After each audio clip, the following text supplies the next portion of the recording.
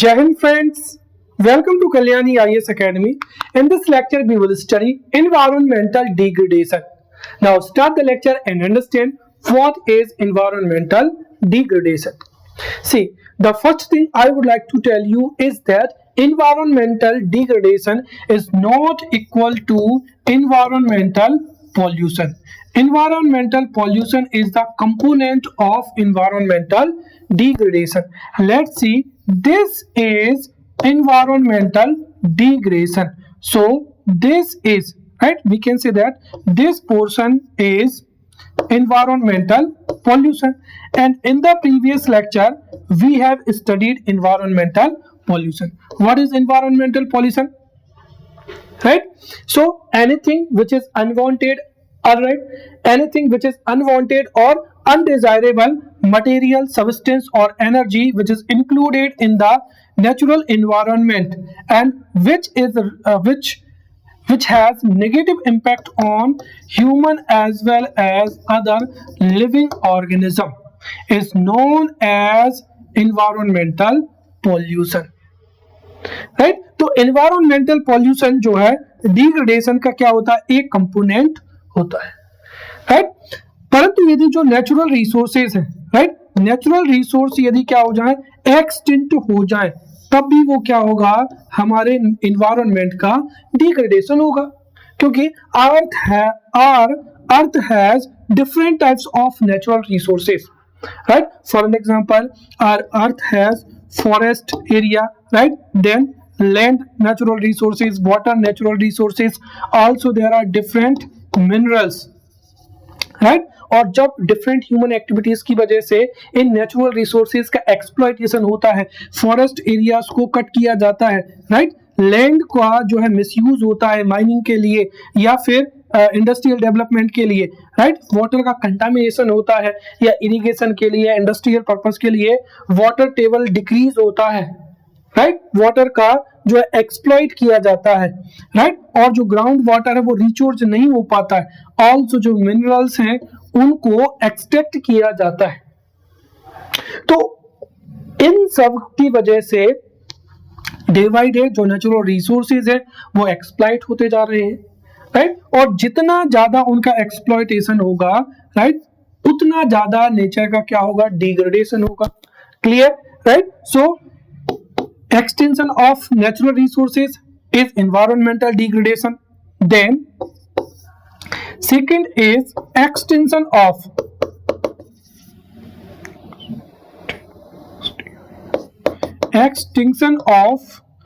biodiversity, right? अब अगर हम देखें तो अर्थ हैज बायोडाइवर्सिटी, राइट, हमारी अर्थ पर डिफरेंट क्या पाए जाते हैं, प्लांट्स पाए जाते हैं। Earth has different plants, animals, right, words and other micro organisms. अगर ह्यूमन अपनी लाइफ को इजी बनाने के लिए, अपनी लाइफ को एंजॉय करने के लिए प्लांट्स को, एनिमल्स को, वर्ड्स को हंट करेगा, पोच करेगा या उनको एंजॉय के लिए अपने घर पर जो है पेट एनिमल्स के तौर पर रखेगा, राइट, या कुल मिलाकर अगर प्लांट्स, एनिमल्स और वर्ड्स की जो स्पीसीज है वो एक्सटिंक्ट होती है, तब भी ये क्या होगा, नेचुरल डिग्रेडेशन होगा। थर्ड आपको पता ही क्या हो जाएगा, यहाँ पर पॉल्यूशन हो जाएगा। And fourth, and this is the maximum important, right, this is destruction of ecosystem, right. हमारी अर्थ पर अलग अलग रीजन्स में अलग अलग इकोसिस्टम्स पाए जाते हैं। For an example aquatic ecosystem, forest ecosystem, grassland ecosystem, desert ecosystem, then fresh water ecosystem, marine water ecosystem, right, then marsh, right, mangroves, etcetera etcetera. और ये जो इकोसिस्टम है ये नेचुरल प्रोसेस को कंटिन्यू करने में बहुत ही मैक्सिमम रोल प्ले करते हैं। एंड इफ जो जितने भी इकोसिस्टम है अर्थ पर अगर वो डिस्ट्रक्ट होते हैं, फॉर एन एग्जांपल किसी लेक को ह्यूमन हैबिटेशन के लिए यूज कर लिया जाता है, right, on the bank of reverse, right, structures जो है वो सेटअप किए जाते हैं। For an example you can see the example of Uttarakhand, right, चाहे वो रिवर्स हो, फॉरेस्ट हो, उनमें ह्यूमन हैबिटेशन को अलाउ करना। तो इससे हमारे जो इन्वायरमेंट की जो क्वालिटी है, या our environment is known to support life supporting condition, right? Our environment is known for life supporting condition, and because of these activities हमारे अर्थ पर जो लाइफ सपोर्टिंग सिस्टम है वो डिक्रीज होती जाएंगी, नेचुरल जो रिसोर्सेज है वो एक्सप्लॉइट होंगे, तो हमारी अर्थ पर लाइफ जो है सपोर्ट होने की, या हमारी अर्थ पर लाइफ सपोर्ट होने या इवॉल्व होने के चांसेस कम हो जाएंगे, बायोडाइवर्सिटी डिक्रीज हो जाएगी, तो उससे फूड चेन पर इंपैक्ट पड़ेगा, राइट। इन्वायरमेंटल पॉल्यूशन होगा तो उससे इन्वायरमेंटल प्रॉब्लम्स अराइज होंगी और इकोसिस्टम ही डिस्ट्रॉय हो जाएंगे, तो ऑब्वियसली इससे जो नेचुरल प्रोसेस है वो भी अफेक्ट हो जाएगी, राइट। तो अगर मैं आपको वन वर्ड में कहूं what is environmental degradation, so environmental, right, so when the life supporting conditions on the earth decreases, this is known as environmental degradation। या फिर अर्थ पर नेचुरल रिसोर्सेज का एक्सप्लॉयटेशन या एक्सटिंक्ट होना, राइट, बायोडाइवर्सिटी का extinct होना या बायोडाइवर्सिटी में डिक्रीज होना, पॉल्यूशन का इंक्रीज होना और जो इकोसिस्टम्स हैं उनका डिक्रीज होना ही क्या कहलाता है, इन्वायरमेंटल डिग्रेडेशन कहलाता है। सो यदि ये 3 मार्कर में पूछा जाता है तो आप ये उत्तर लिख सकते हैं, right.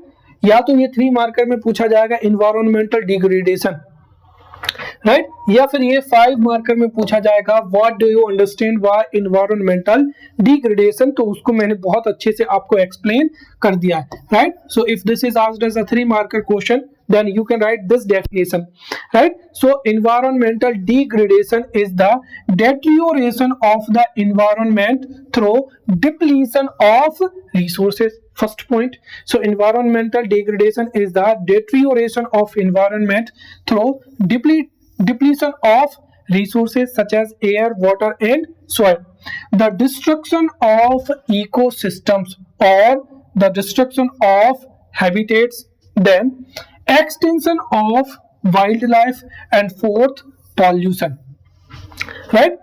And in other words we can say that the environmental degradation is defined as any change or disturbance to environment perceived to be deleterious or undesirable, right? And the environmental degradation occurs when earth's natural resources are depleted, चाहे वो air, water हो, forest हो, right. So natural environmental degradation occurs when earth's natural resources are depleted, right? The environment is compromised in the form of extinction of species, चाहे वो plant हो, animal हो, bird हो, etcetera etcetera, right. Pollution in air, water and soil and rapid growth in the population, तो इन सब की वजह से ही environmental degradation occur होता है। Environmental degradation can be happen in a number of ways, right? At the point when environments are wrecked or common assets are exhausted, तो जो common assets हैं उनका क्या हो जाता है, exhausted हो जाते हैं। The environment is considered to be corrupted or harmed, right? So this is the environmental degradation.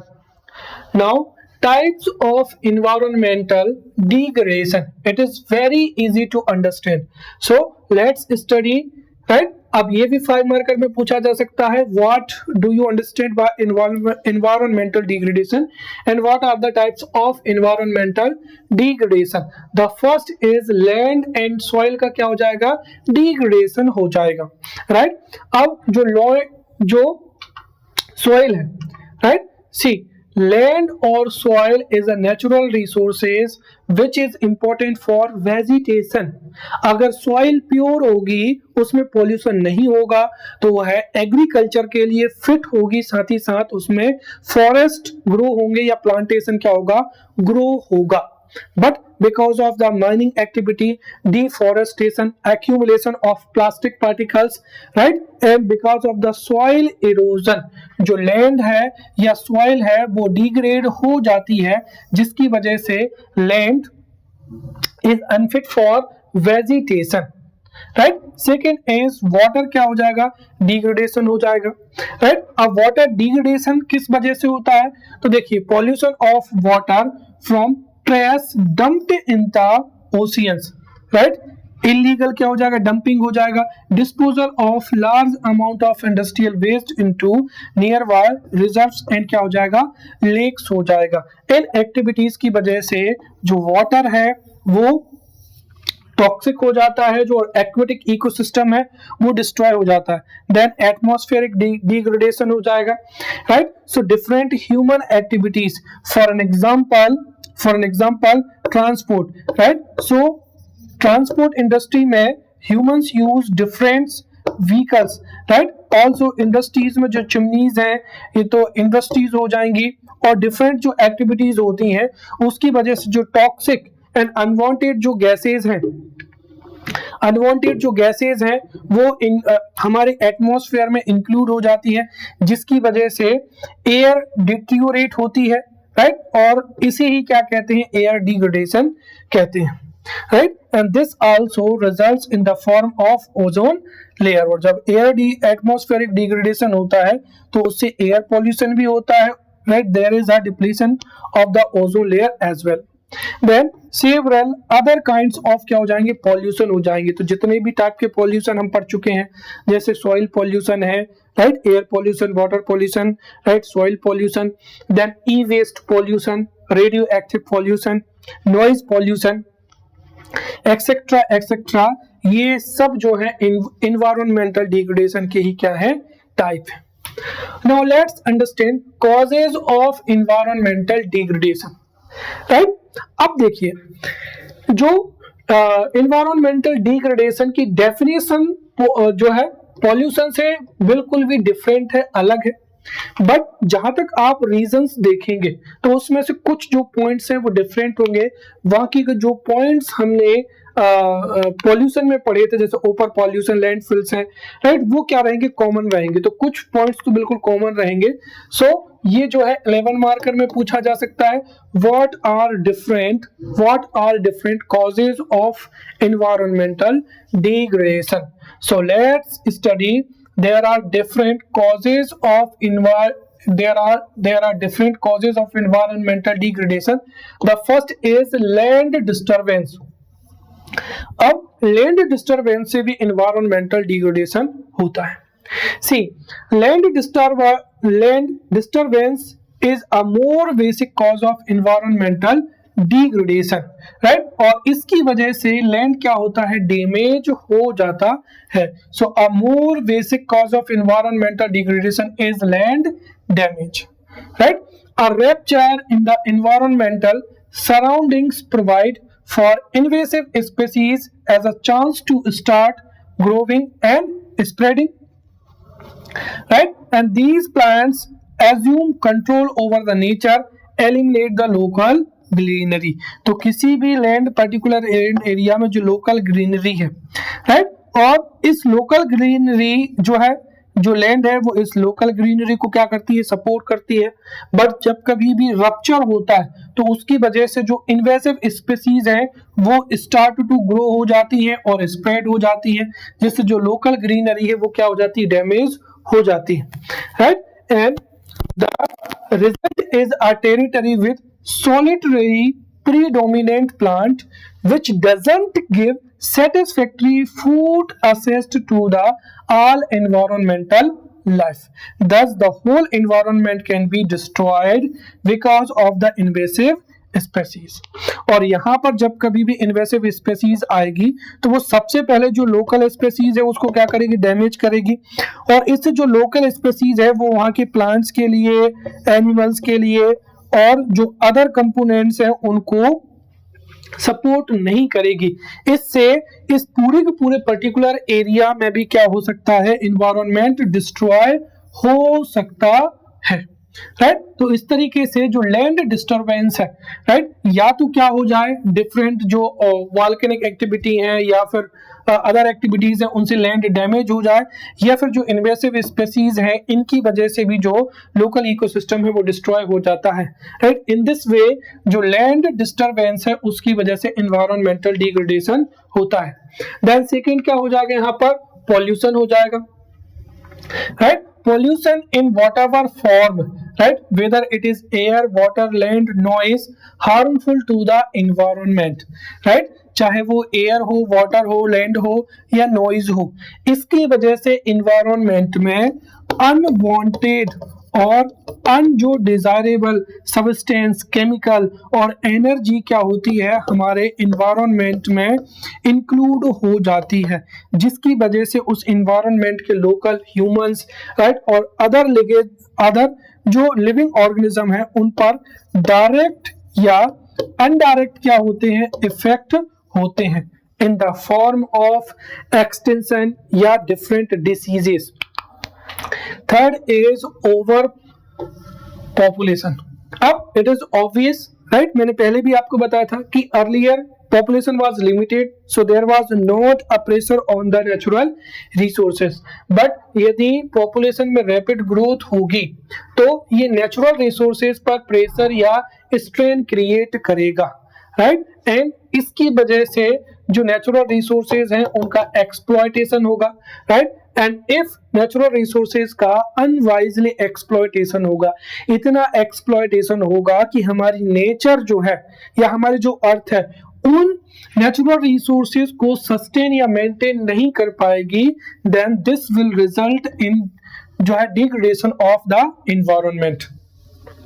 जितनी ज्यादा पॉपुलेशन होगी उतनी ज्यादा डिमांड होगी, right, for cloth, food, right, shelter etcetera etcetera, और उतना ही ज्यादा क्या होगा, एनवायरनमेंट का डिग्रेडेशन होगा। देन फोर्थ क्या हो जाएगा, यहाँ पर लैंडफिल्स हो जाएगा।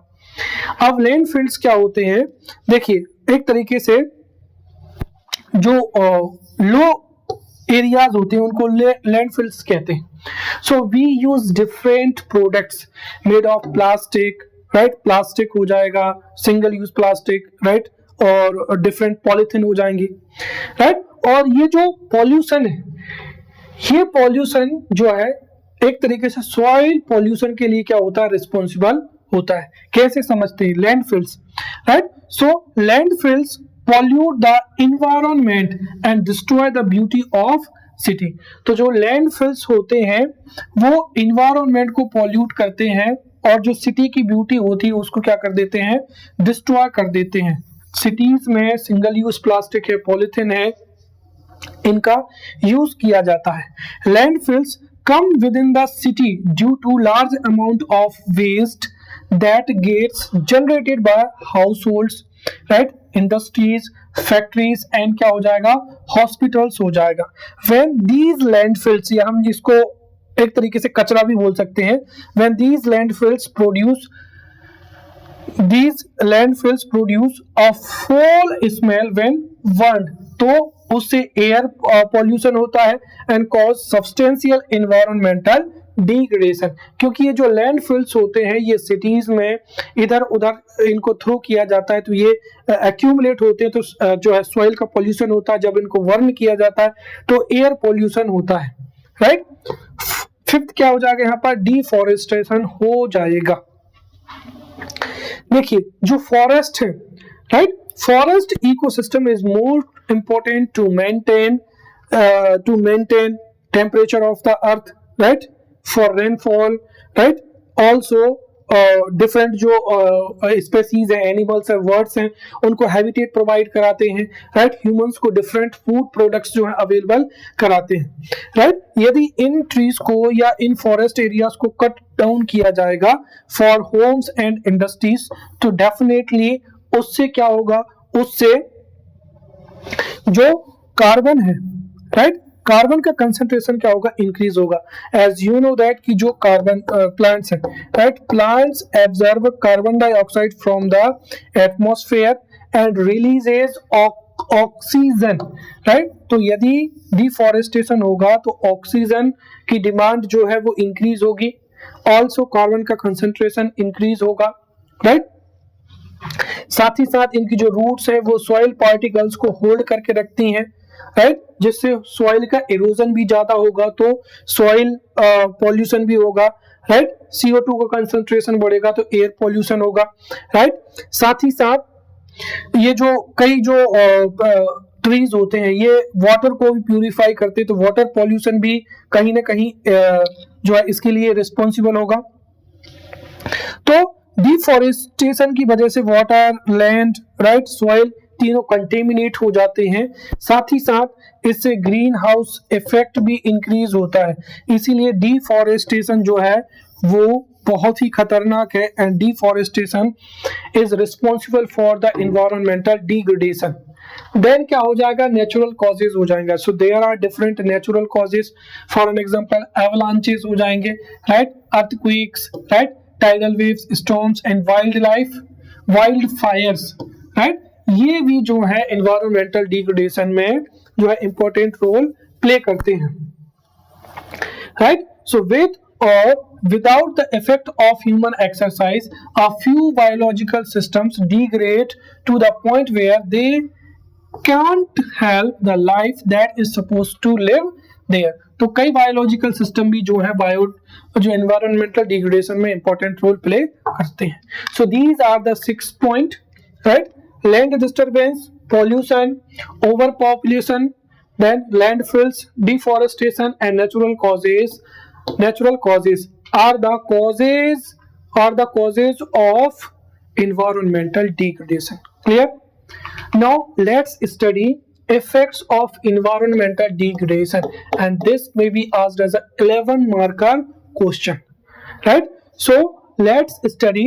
अच्छा, ये 5 मार्कर में भी पूछा जा सकता है, और साथ ही साथ जो इसका नेगेटिव इम्पैक्ट है वो कहीं से कहीं तक जो है पॉल्यूशन से जोड़ के भी जो है इसका आंसर लिख सकते हैं, राइट।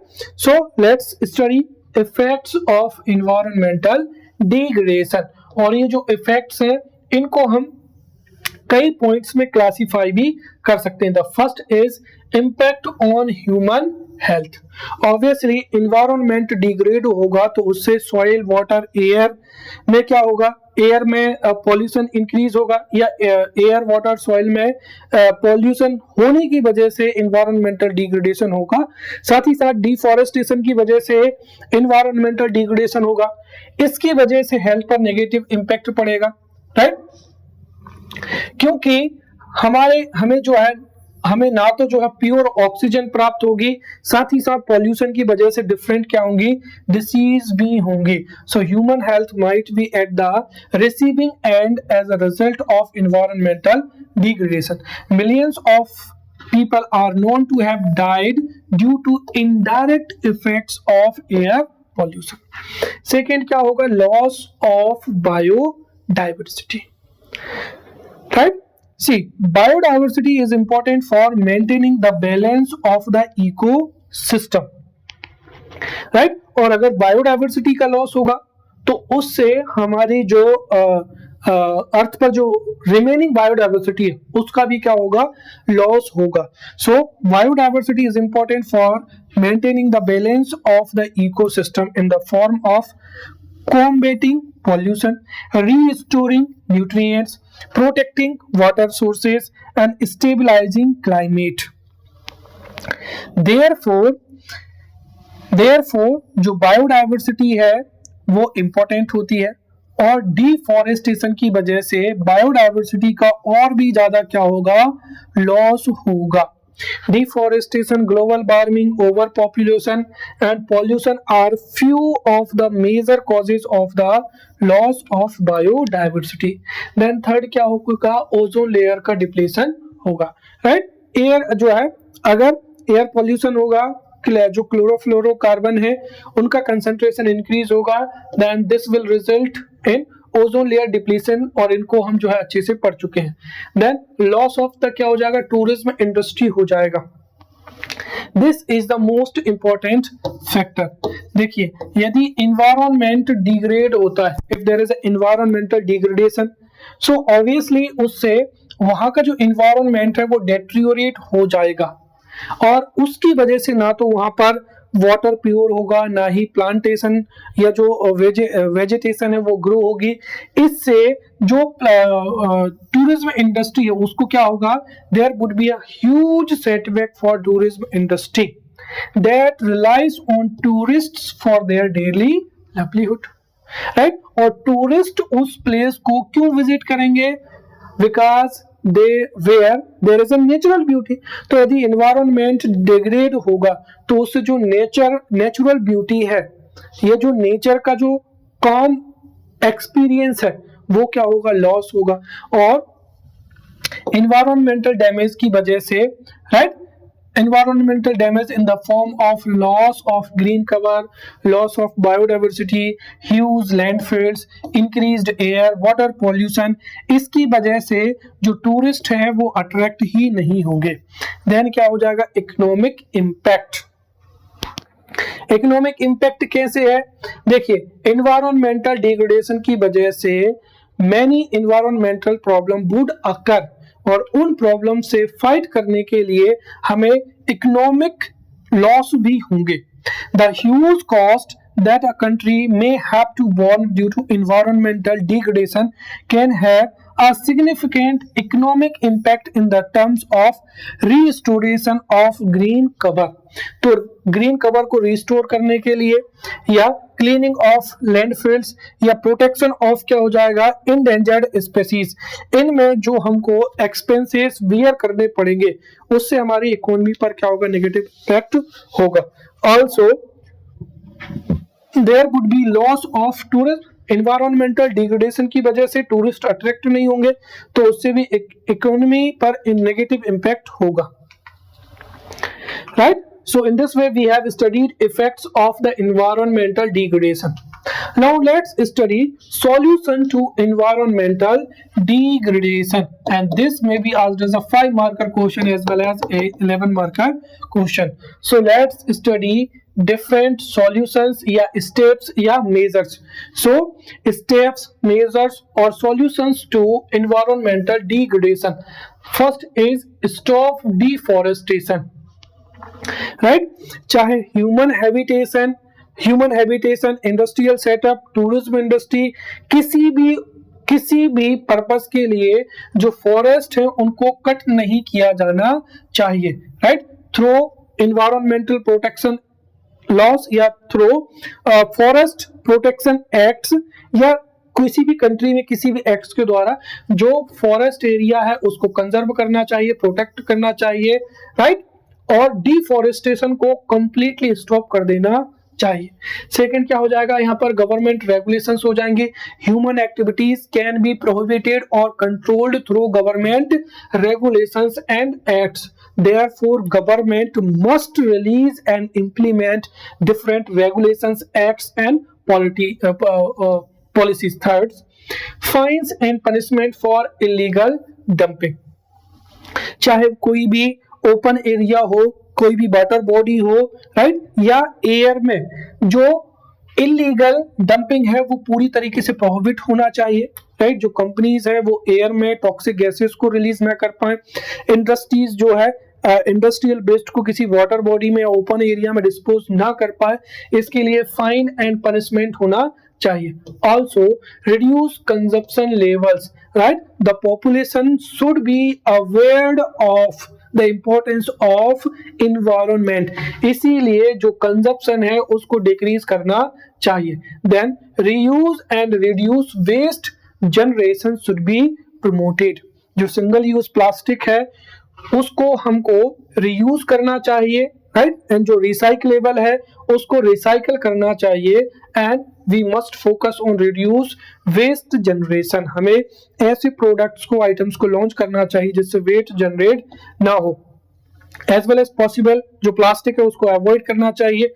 एजुकेशन हो जाएगा, एजुकेशन के माध्यम से जो स्टूडेंट्स हैं या जनरल पब्लिक है उसको अवेयर करना चाहिए, राइट। साथ ही साथ जो अदर पर्सन है, right, convince other others.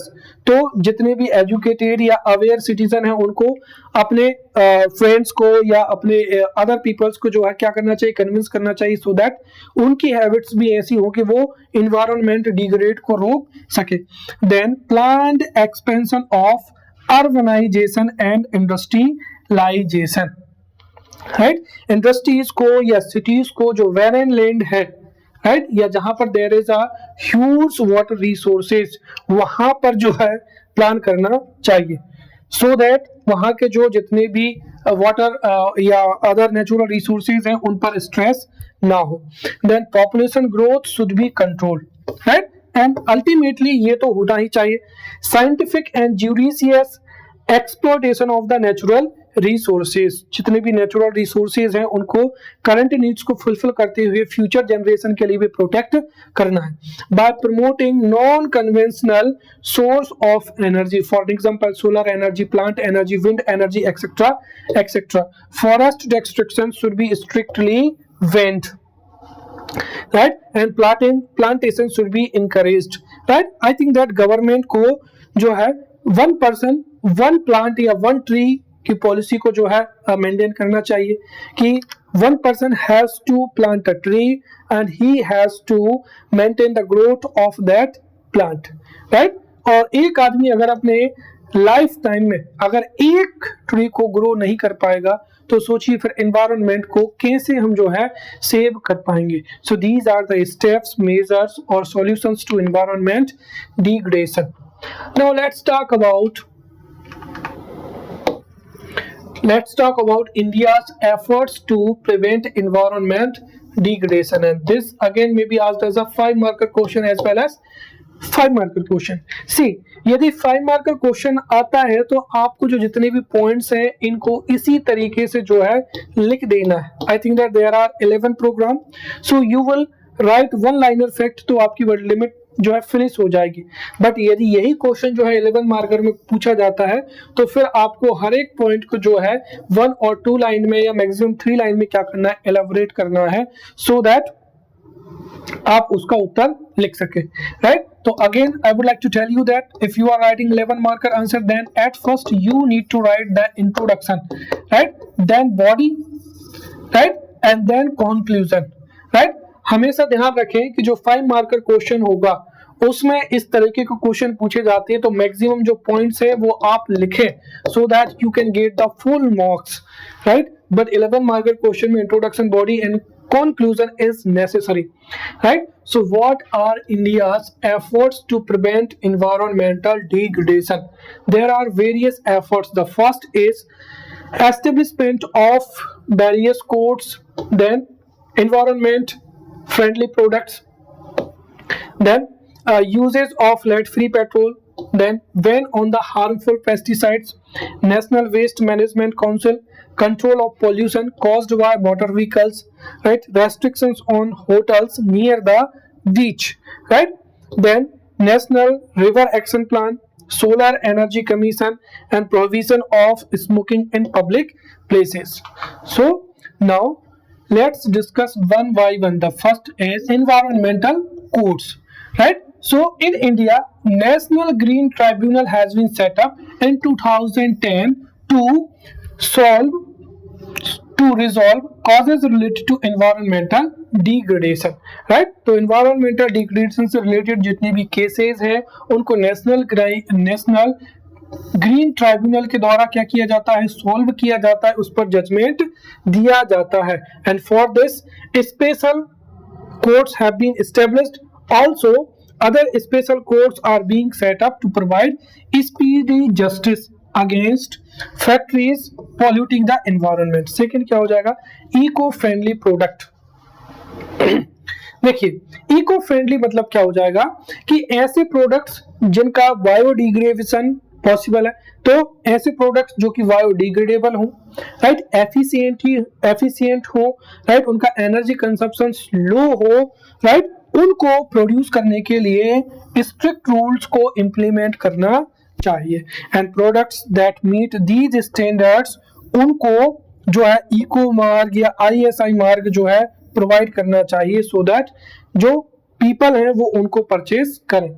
Then lead free petrol, oil refineries are being motivated to lead free petrol, right? And Indian petrol has maximum amount of lead which causes most of the pollution through motor vehicles। इसीलिए जो refineries है उनको lead free petrol को produce करने के लिए जो है प्रमोट करना चाहिए। Then warn when on harmful pesticides, see agricultural में chemical fertilizers, biopesticides का यूज किया जाता है जिनमें non biodegradable chemicals का यूज किया जाता है। For example DDT, VHC, Eldarin and melathionium have been removed from the market and plans are being made to replace them with safer organic pesticides, क्योंकि ये जो पेस्टिसाइड्स हैं ये हमारे एनवायरनमेंट के लिए हार्मफुल होते हैं। देन नेशनल वेस्ट मैनेजमेंट क्या हो जाएगा, काउंसिल हो जाएगा, right.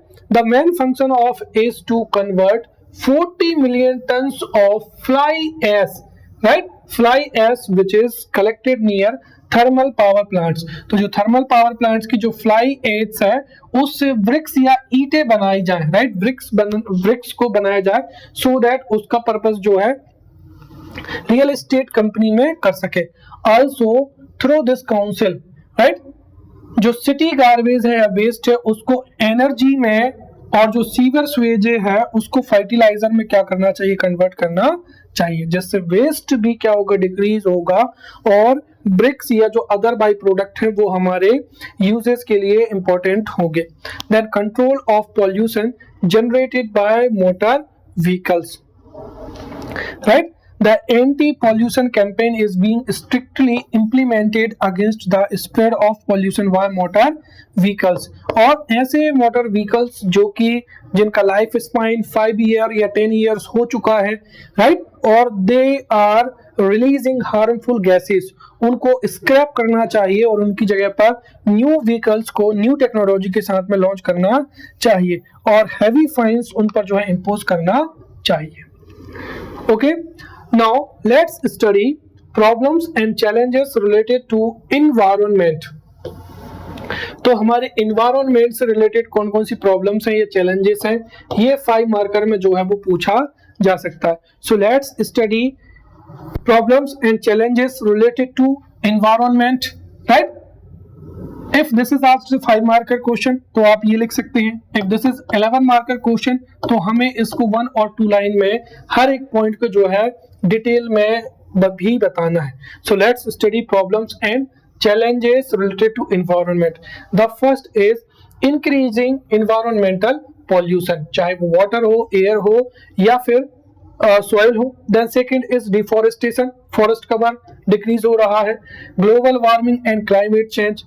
Then extinction of species, waste management, soil erosion, exploitation of natural resources, lack of biodiversity, ocean pollution, damage of ozone layer, and क्या हो जाएंगे, disaster, right? So the first is increasing environmental pollution, right? Nowadays जो है population, right, nowadays population क्या है, increase हो रही है, and this is creating huge stress on natural resources to fulfill the demands of, right, to fulfill the demands of increased population। जो natural resources हैं, water है, soil है या फिर कोल है, पेट्रोलियम है, उनका जो है एक्सप्लॉयटेशन हो रहा है, राइट, और जिसकी वजह से, राइट, जिसकी वजह से एक तो वो एक्सटिंक्ट होते जा रहे हैं, and second thing is that कि इन ह्यूमन एक्टिविटीज की वजह से या जो ओवर एक्सप्लॉयटेशन है, राइट, या इनडिस्क्रिमिनेट जो कंपटीशन है उसकी वजह से एयर पॉल्यूशन है, सॉइल पॉल्यूशन है, या फिर क्या हो जाएगा, वाटर पॉल्यूशन जो डे बाय डे इंक्रीज हो रहा है, राइट। अर्बनाइजेशन है, इंडस्ट्रियलाइजेशन है, इनकी वजह से जो फर्टाइल लैंड एरिया है, राइट, उसको ह्यूमन हैबिटेशन के लिए यूज किया जा रहा है।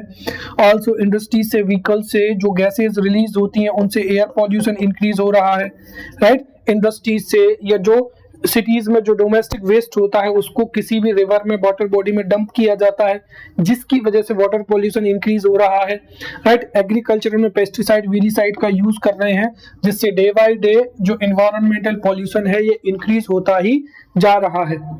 सेकंड क्या हो जाएगा यहाँ पर, डिफॉरेस्टेशन हो जाएगा, right. So nowadays forest are being cut indiscriminately for development process such as human habitation, industrial setup, etc. etc. Also जो फायरवुड है एंड टिम्बर है, पॉस्चर है और एग्रीकल्चर है, राइट, इन की वजह से भी जो है पॉस्चर जो लैंड है वो भी जो है डिक्रीज होते जा रहे हैं। टिम्बर के यूज के लिए भी फॉरेस्ट को कट किया जा रहा है और इसकी वजह से इन्वायरमेंटल डिग्रेडेशन हो रहा है। देन ग्लोबल वार्मिंग एंड क्या हो जाएगा, climate change.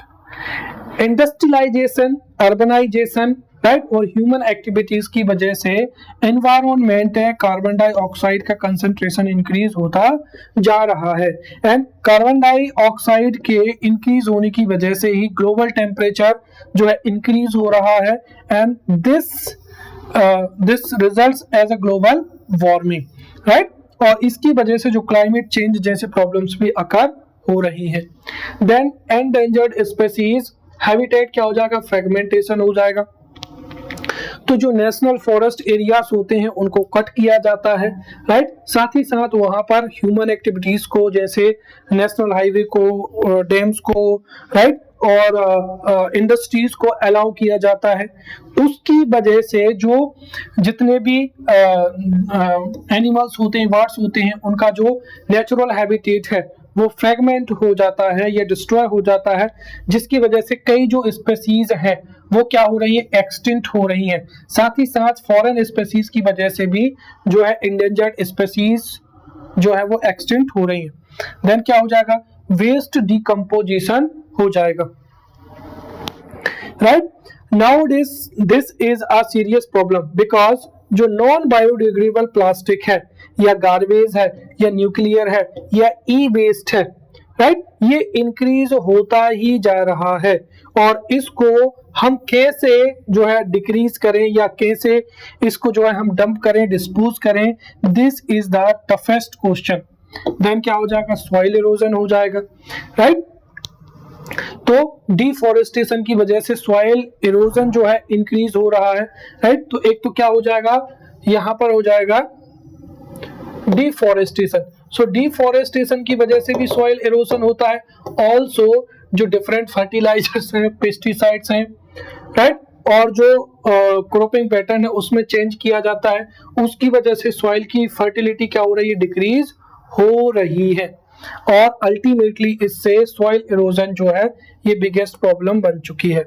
Then exploitation of क्या हो जाएगा, नेचुरल रिसोर्सेज हो जाएगा, राइट। तो जैसे जैसे पॉपुलेशन इंक्रीज हो रही है वैसे वैसे जो है नेचुरल रिसोर्सेज पर प्रेशर भी इंक्रीज हो रहा है। साथ ही साथ today humans are fearlessly misusing the natural resources to meet the needs, और इसके लिए वो वाटर सोर्सेज हो, चाहे सॉइल हो या किसी का भी हो, उसको बहुत ज्यादा क्या करते हैं, एक्सप्लॉइट करते हैं, जिससे सॉइल, एयर और वाटर पॉल्यूशन भी क्या होता है, अकर होता है। According to the report of United Nation, by 2080 20 million people will not get water, क्योंकि वाटर क्या हो जाएगा, वाटर की स्कार्सिटी होगी।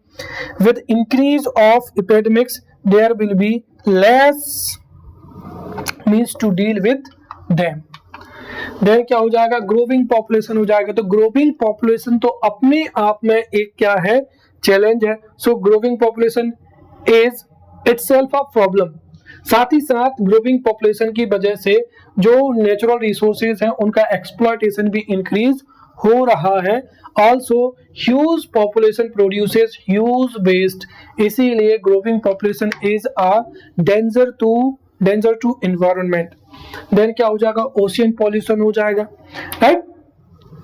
तो जो करेंटली अगर हम देखें तो करंटली वन कंट्री से दूसरी कंट्री में इंपोर्ट एक्सपोर्ट किया जाता है, जिसकी वजह से भी क्या होता है, ऑयल स्पिल होता है, उसकी वजह से क्या होता है, ओशियन पॉल्यूशन हो रहा है। Also nuclear weapons testing in sea, toxic elements जो है इंडस्ट्रियलाइजेशन से डिस्पोज किए जाते हैं, इंडस्ट्रियल वेस्ट को, ई वेस्ट को जो है ओशियंस में डंप किया जाता है, जिसकी वजह से जो ओशियन है वो पॉल्यूट होते जा रहे हैं, right. According to survey conducted by pharma atomic research centre, the most toxic factor mercury is getting concentrated in the water falling into the sea, और जिसका इफेक्ट बहुत ही क्या होता है, खतरनाक होता है। देन ओजोन ऑफ द क्या हो जाएगा, डैमेज टू क्या हो जाएगा, ओजोन लेयर हो जाएगा, राइट। तो CFC गैसेस के कंसंट्रेशन इंक्रीज होने की वजह से ही जो क्लोरीन ब्रोमीन के जो पार्टिकल्स होते हैं वो ओजोन के पार्टिकल्स को डिस्ट्रॉय कर देते हैं, जिसकी वजह से ओजोन लेयर में डैमेज या होल हो रहा है। देन क्या हो जाएंगे, डिजास्टर्स हो जाएंगे, राइट, ये जिनको हम नेचुरल कैलेमिटीज भी कहते हैं। तो because of the imbalance in the environment, right, climate change हो चुका है, जिसकी वजह से जो हमारे इन्वायरमेंट की जो है सीरियस थ्रेट्स हैं, right. For an example nowadays flood की इंटेंसिटी, फ्लड की, ड्रॉट की, अर्थक्वेक की, वोल्केनो और सुनामी की जो इंटेंसिटी है वो इंक्रीज हो चुकी है। Clear? Now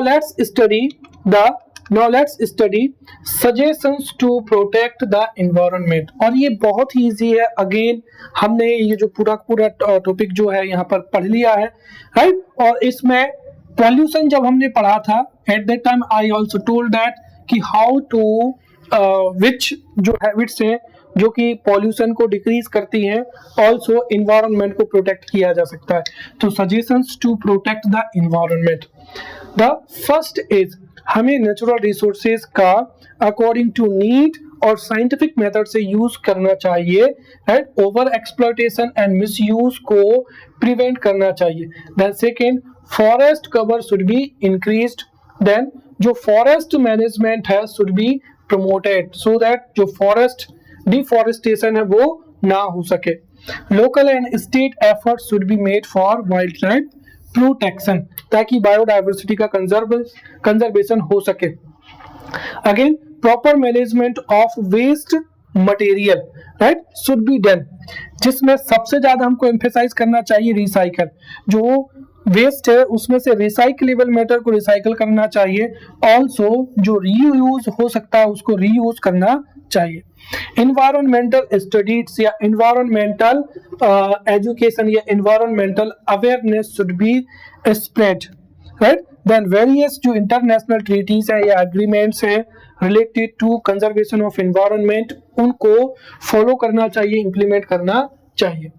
environment friendly technology, जिसके माध्यम से ऐसे प्रोडक्ट्स को प्रोड्यूस किया जा सके जिनका लाइफ स्पान जो है लॉन्ग हो, राइट, जो बायोडिग्रेडेबल हो, साथ ही साथ एनर्जी एफिशिएंट भी हो, राइट। जो है सोलर एनर्जी या विंड एनर्जी जो ऑप्शनल या एक तरीके से हम कह सकते हैं जो रिन्यूएबल एनर्जी रिसोर्सेज हैं उनको प्रमोट करना चाहिए। पब्लिक जो अवेयरनेस है उसको प्रमोट करना चाहिए। जो व्हीकल्स हैं, राइट, व्हीकल्स जिनसे एमिशन रिलीज होता है उनको टाइम टू टाइम चेक करना चाहिए। Also set the emission standard. Then animal husbandry should be encouraged, right, and organic जो मैन्योर है वो प्रोवाइड कराना चाहिए। ऑल्सो एनवायरमेंटल एजुकेशन के माध्यम से या प्रोग्राम्स के माध्यम से, right, positive thinking and interest in the people, तो लोगों का एनवायरमेंट कंजर्वेशन में एनवायरमेंट हो और positive thinking could be developed, right, ऐसे एफर्ट्स जो है लॉन्च किए जाने चाहिए। So in this way we have studied this lecture. Now we will meet in upcoming lecture. Till then, thank you.